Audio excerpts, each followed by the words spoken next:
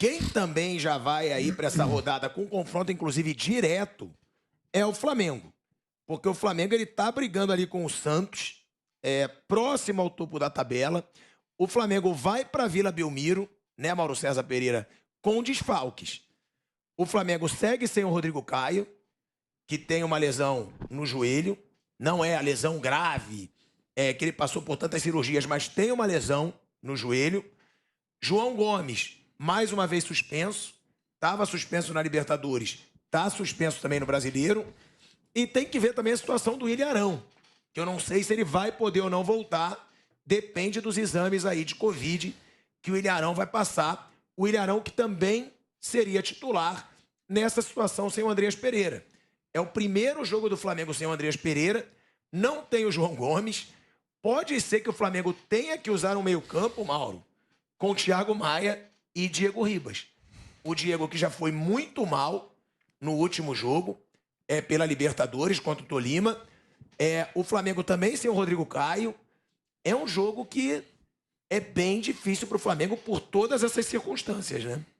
Até a opção que ele teria da base, né? Que vem da base, Daniel Cabral, que é volante, também teve Covid, então depende também de exame, né? Ele não tem opções ali para a função. O Flamengo tem que contratar 2 volantes, assim, urgentemente, né? Deseja o Wendel do Zenit, né, que foi revelado pelo Fluminense, passou pelo Sport. Hoje um dirigente do Zenit disse que lá na Rússia que o jogador não vai sair, que não foi procurado pelo Flamengo. De fato não foi. O Flamengo vai fazer o caminho de conversar com os agentes do jogador e tal. Isso vai levar tempo se acontecer alguma coisa. Mas tem que rapidamente buscar aí jogadores para a posição, porque não tem. Simplesmente não tem. O André saiu, né?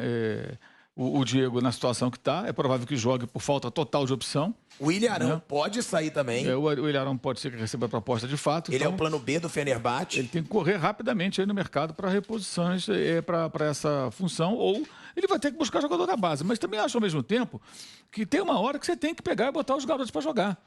Tem o Igor Jesus lá, que jogou também contra o Picos lá do Piauí, que não foi tão bem, mas fez uma boa Copa São Paulo. Tem que lançar garoto, não tem jeito, não tem jogador, vai jogar o cara da base. O próprio Daniel Cabral. O Daniel tem 20 anos.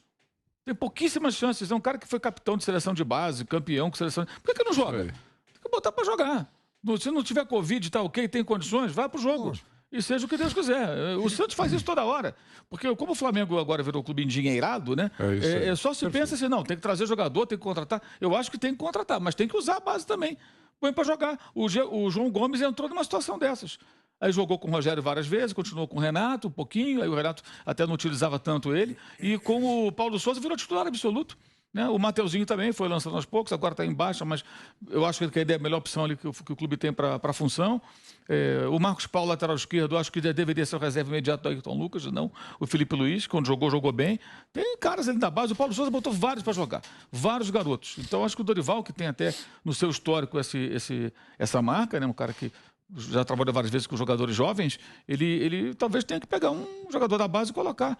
Eu acho até que, de repente, é mais interessante começar a dar oportunidade para esses caras do que insistir com o Diego, que entra, não consegue jogar na função, todo mundo sabe quais são as dificuldades, e está ali, de repente, impedindo o surgimento de alguém que possa, em algum momento, se firmar e mostrar condições de colaborar com o time. Não, rápido, mas claro. eu só queria dizer o seguinte, concordo com o Mauro que precisa contratar, mas se correr atrás de alguém que é mais ou menos parecido com aquilo que tem na base, põe o cara da base. Eu sei, cofre cheio, mas eu acho que tem que ser racional nesse negócio aí de contratação, nesse momento que todo mundo está vivendo, os clubes têm mais grana, menos grana. Né? Quer dizer, todo mundo precisa contratar. O São Paulo está precisando. Palmeiras tá com a vida mansa, né? Mas os outros precisa contratar. Quem vão contratar? O Nogueirinha lá, mas ele não é mais ou menos e joga mais ou menos do que aquele cara que tem na base. Qual é a desvantagem, entre aspas, do cara da base? Ele é mais jovem, né? Tudo bem, mas faz parte. Coloca o cara para jogar e deixa de assinar. Atende, Mauro, que é o representante da história do Wendel. Não, do Chacrinha. Veio na minha cabeça. Se fosse da Rita Cadillac, tomei um susto. Ou então, citada a Rita Cadillac, ela gostaria de dar algum recado para todos nós que a gente adoraria. Agora não, né? Então é isso. Não é hora para isso. Eu queria só dizer o seguinte: use o cara da base. Se tem chance... Eu tô louco, tô fazendo conta aí, junto com o Piperno. Dia 21 tá chegando. Faltam 20 dias pro menino de ouro, Hendrick, completar 16 anos. Dentro de 20, vai fazendo aí, marca aí, X, 20 dias. O que vai fazer o professor Abel, que está sobre a mesa a conversa aqui? Vai deixar ele guardadinho no estoque de gênios. Ah, tá bom. Vai pôr para jogar, vai deixar no banco um pouquinho. É isso. Ó, mas o Mauro falou, né, sobre essa situação do Wendel. O Wendel, ele tem contrato até o meio de 2025 com o Zenit. O Wendel, ele já teve sondagens de clubes até da Premier League. Sondagens, mas já teve, ou seja, é um jogador que ainda tem mercado na Europa. E ele é avaliado por 19 milhões de euros. É um jogador bem caro. E o Zenit, ele não quer emprestar o jogador. Só que tem a possibilidade do recurso da FIFA, né? Agora tem. Para jogadores que atuam na Rússia.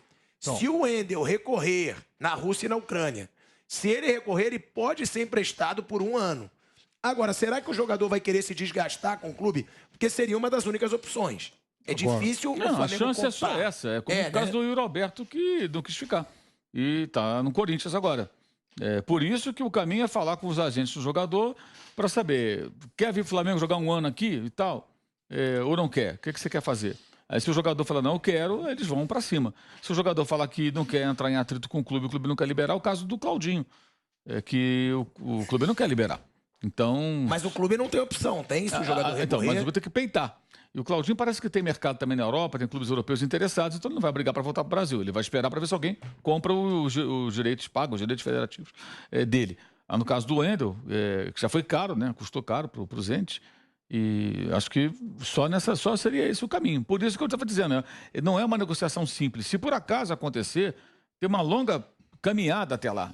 E é para ontem que tem jogador para função. Não dá para... Então tem que trazer alguém mais rápido, que você possa contratar, mesmo que seja um cara para compor elenco, mas que jogue na função. Tem um volante. O caso do São Paulo com zagueiro. Preciso de um zagueiro. Não é o melhor zagueiro do mundo, mas eu preciso de um zagueiro. Não tem ninguém. Então tem que ter um zagueiro, que seja um cara nota 5, 5,5, 6. É melhor ter um 5,5, 6 do que ninguém. Eu não posso jogar sem zagueiro. Não dá para jogar sem zagueiro.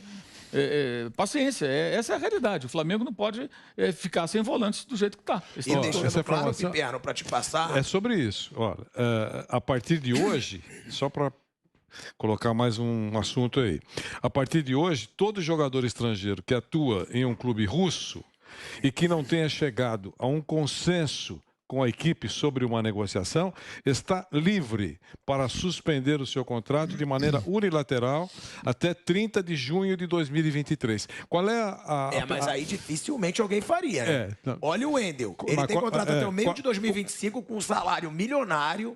Seria mais tendo um acordo. Qual é a pegadinha aí? A pegadinha é que o cara pode fazer isso, mas ele tem que voltar. Ele tem que voltar. E aí, como é que você vai...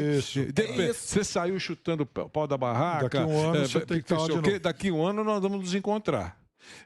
Compensa. Eu só estou dizendo que são situações pensáveis.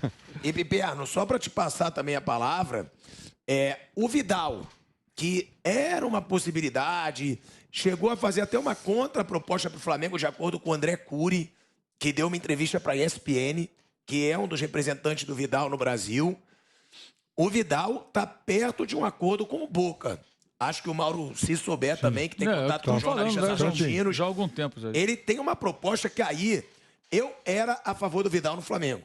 Se fosse um contrato de 1 ano e meio. Agora, parece que o Boca vai dar 3 anos de contrato pro Vidal. Que maravilha. Com um salário de cerca de 1,5 milhão. Aí não dá. Aí eu não acho que o Flamengo deva também entrar nessa disputa, porque é um jogador que pode chegar aos 38 anos ganhando 1,5 milhão. Ele hoje tem 35. Então o Vidal está perto de um acerto com o Boca Juniors. É outra opção que o Flamengo tinha, que deve não ter. Piperno, te passo aí com essa informação. Antes, um break rapidinho na Rádio Jovem Pan. Voltamos já já. Fala, Piperno. E, essa situação do Vidal, ele era uma opção, tá? Não tinha ainda uma proposta formal do Flamengo. Primeiro, eu só queria complementar o que o Vanderlei disse, porque é o seguinte, Vanderlei, arrumar encrenca com o russo e ter que voltar lá daqui a um ano com o rabinho entre as pernas não é a coisa mais suave. Os russos, eles não são exatamente suaves nessas relações e tal. E, por sinal, realmente o Zenit contrata vários jogadores, tem muita grana, tem muita bala, o dinheiro do gás é da Gazprom, que é a maior empresa do mundo no setor e tal. E gosta muito de sul-americano e contrata sul-americano muito bom de bola. Inclusive, para mim, assim, tem um ótimo volante aqui da América do Sul lá, que é o Vilmar Barrios. Eu se tivesse precisando de volante também. Então, eu se tivesse precisando de volante, ia atrás desse aí também. E o Sotti tem um ótimo zagueiro chamado Rodrigão, que foram achar lá em Portugal. Nunca tinha ouvido falar do cara, e depois fazendo o Campeonato Russo, o cara realmente impressionou bastante. Agora, esse negócio do Boca oferecer esse contrato maluco pro Vidal é porque o Boca realmente é um clube que está numa fase assim, muito pujante, está dando dinheiro em árvore lá, né? Isso é uma outra maluquice, quer dizer, é muito clube sul-americano que entra nesse tipo de ilusão, né? Porque ele vai chegar aqui, ele sempre foi um ótimo jogador, raçudo, brigador, de muita entrega, de qualidade técnica, né? Mas, assim, já está longe do melhor momento dele. Quer dizer, aqui a gente não pode encarar também a América do Sul como um cemitério de jogador. O cara vem aqui para se aposentar e tal. Se quiser jogar um ano, beleza, bacana. Agora, 3 anos de contrato, porque foi o Vidal, né? Isso que eu ia perguntar. Vocês acham que a situação do Vidal é para se aposentar? Porque tem também o caso de jogador, a gente tem o Hulk. Olha o Hulk. Muita gente não imaginava que o Hulk ia jogar. Mais novo. Não, também. a mesma idade. É a mesma idade, 35 anos. O Vidal tem só 35? Tem. O Hulk vai fazer 36 agora. Mas, o Hulk faz 36 nesse mês. Mas eu não gostei das últimas 2 temporadas, pelo menos, do Vidal. Eu acho que 3 anos é muita coisa. 3 anos, eu não correria esse risco. Não, mas é isso que eu tô perguntando. O Vidal vem para se aposentar. E o Hulk, a exceção, confirma a regra. Tem um monte que vem para jogar 3 anos. Mas é isso que eu tô perguntando. O perfil do Vidal. Vocês acham que ele vem para se aposentar ou para jogar para caramba e ganhar título? Não, o teu aposentar vem para um grande contrato, encosta o corpo, ou ele vem para se aposentar. Depois desses 3 anos, ele dá a volta olímpica. É isso que eu queria entender da tua pergunta. Não, o que eu quero saber é se vocês acham que no perfil do Vidal, ele tá... vou agora para América do Sul... Vou fazer umas farrinhas, vou jogar, vou estar lá perto da minha família, ou não, vou para a América do Sul porque eu quero ganhar Libertadores, porque eu quero conquistar coisas no meu continente, porque, entendeu? É diferente. Ou seria para se aposentar, ou... Estamos de volta à Rádio Jovem Pan, agora na rádio e no YouTube. Eu tô falando por isso, porque o Hulk... A gente não imaginava que ele fosse jogar tanto quanto ele está jogando. E parece que ele vai ainda mais longe, porque ele faz recuperação em casa com banheira de gelo, malha em casa. É isso que eu quero saber. Vocês acham que o Vidal é esse perfil? Eu não sei se o Vidal tem esse tipo de preocupação com a recuperação. Essa é a primeira. A segunda é que o Mauro César conhece muito bem o futebol argentino, ele vai poder até dizer.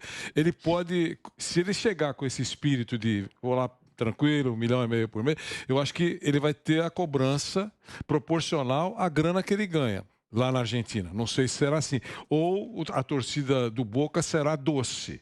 Se perceber que ele está deixando o tempo passar, vai tratá-lo com carinho. Eu não sei se é assim. Então, Eu não sei qual foi a situação, Mauro, você deve saber melhor do que eu, mas o De Rossi veio pro Boca e não deu certo. Mas ele veio ganhando muito ou ele veio porque ele quis o caso só do para De ter uma Rossi foi experiência? diferente, que ele quis ter a experiência de jogar no Boca. Mas não era um mega salário. Foi uma situação inusitada. Agora... Mas era um mega salário? Eu compararia isso aí com o Tevez. O Boca já teve uma experiência negativa com o Tevez, que ficou lá um tempão ganhando um dinheirão, agora virou técnico do Rosário Central. E o Tevez já estava muito mais afim de se divertir com os amigos lá do que jogar bola. Mesmo que acho que o Vidal pode até chegar e levar a sério, querer ganhar títulos e tal. Agora, 3 anos de contrato é muita coisa. Faz um contrato de 1 ano, ok, 1 ano, você vê tal. O Hulk fez um contrato de 1 ano, agora fez um maior, né? Já renovou. Porque aquela coisa, o ocaso de um jogador nessa idade vai acontecer a qualquer momento. E R$1,5 milhão é muito dinheiro, né? O Boca não tem condições financeiras para ficar pagando R$1,5 milhão de reais para ninguém. Os caras vão lá e fazem. Como o Corinthians também não tem condição de contratar e contrata. O River está querendo o Soares. Eles vão fazendo. Não querem saber, não tem diferença nenhuma. É o modelo de gestão aí da América do Sul. Tem a notícia na Argentina que eu vi que o River poderia pagar até quase $1 milhão de salário pro Soares. É uma maluquice, né? Mas, É inacreditável. já paga uma fortuna pro Galhardo. Agora, o Vidal é geração 87, né? Então, assim, se você já não quer mais a geração 85, né? Pensa na geração 97. Eu pensei que ele Sabe, jogaria no 25 Flamengo. anos, acho que faz mais sentido, né? No caso pro Flamengo, pro Boca. Boca tem jogadores jovens também no seu elenco, subiu uma garotada e tal. Mas eu acho que é muito dinheiro, é um contrato muito longo. É muito difícil que ele consiga manter por 3 anos um bom nível, compatível com uma remuneração tão elevada. O Pipero falou do Barrios. Não, mas eu pensei que ele seria jogaria no filmar, Flamengo depois da declaração de amor que ele deu pra você aqui. Você colocou o vídeo, você lembra? Quem? O Vidal. Ah, Eu não, pra mim? você a entrevista que eu ainda disse, puxa vida, não precisa nem discutir mais. Esse vídeo que você acabou de apresentar é a assinatura do contrato. Foi ou não foi? Você lembra Foi, disso? claro. Já estava, era só. E era um jogo que ele ia ao Maracanã no final de semana, lembra? Que nós começamos a brincar. Ele estava aqui no Brasil, né? Isso, eu falei, não, já ficou no Flamengo. Depois de tudo que ele falou aí, já joga na próxima semana. E isso não prosperou, né? Agora, tem opções? Essa é a pergunta, que o Mauro falou até. Volantes mais novos. Eu até fiz uma live hoje e fiquei pensando, a gente falou até do Vilmar Barrios. Agora, tem outros. Vocês que acompanham mais a América do Sul, tem algum bom volante que chega para ser titular do Flamengo? Porque é o que você falou, porque se bobear, então é melhor o Flamengo pegar da base. Porque se for para apostar, contratar jogador caro e que aposta, Mas vem que cá, você não sabe também se qual vai é o dar. problema de pegar da bola? Eu ia até perguntar um negócio pro Mauro, depois a gente foi pro Mas é break, por isso que eu tô esqueci. falando. Porque eu acho que não tem muita opção hoje no mercado. Inclusive para lateral direito. Depende de quanto você quer gastar. do O Flamengo. mercado é grande, O mercado né? é enorme. O mercado tem Quanto você muitas quer gastar? opções. É lógico. Mas porque eu me lembro que uma vez, mano, isso foi em 2018. O Flamengo fez algumas mudanças, tinha trazido o Muricy, não deu certo, ficou doente e tal, não sei o quê, e acabou depois efetivando por longos meses aí o Barbieri, né? Chegou a liderar o Campeonato Brasileiro, brigar lá em cima e caiu depois e tal, e no final do ano trocou o Barbieri pelo Dorival, né? Naquele momento, acho que foi você, eu me lembro de ter lido algumas coisas sobre o respaldo que a direção tinha que dar para um técnico jovem, porque ele estava encontrando dificuldade para lidar com um monte de jogador que já estava muito acomodado, mais velho e tal. E aí, claramente, sim, um técnico recém-chegado, que vem da base, ele não vai peitar esses caras nunca. A minha questão é, será que o Dorival hoje, ele tem, de fato, respaldo para peitar a velha guarda e lançar esses moleques? Eu tenho dúvidas, porque se ele tem respaldo e se ele se sente respaldado, que é o mais importante, né? Isso aí. Porque pode ser que da boca para fora alguém fale, ó, estamos com você. Mas aí você pode ou não sentir confiança, né? E se ele tem confiança também nesses jogadores, né? Ele me parece um pouco refém desses caras, né? A escalação do Diego nesse jogo passado, por exemplo, Então, talvez no próximo contra o Santos ele não tenha nem opção, a não ser a base, mas independe também de teste de Fiquei com Covid, essa suspeita. essa coisa toda. Esse período de 2018 ainda era o outro presidente, né?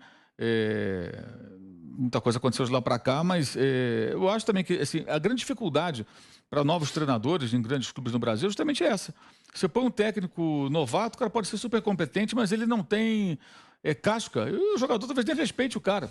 E os técnicos veteranos que já estão obsoletos, eles são muito orgulhosos. Porque se ele se cercasse de gente capaz, fizesse só um gerenciamento ali meio de, sabe, gerenciando pessoas, né?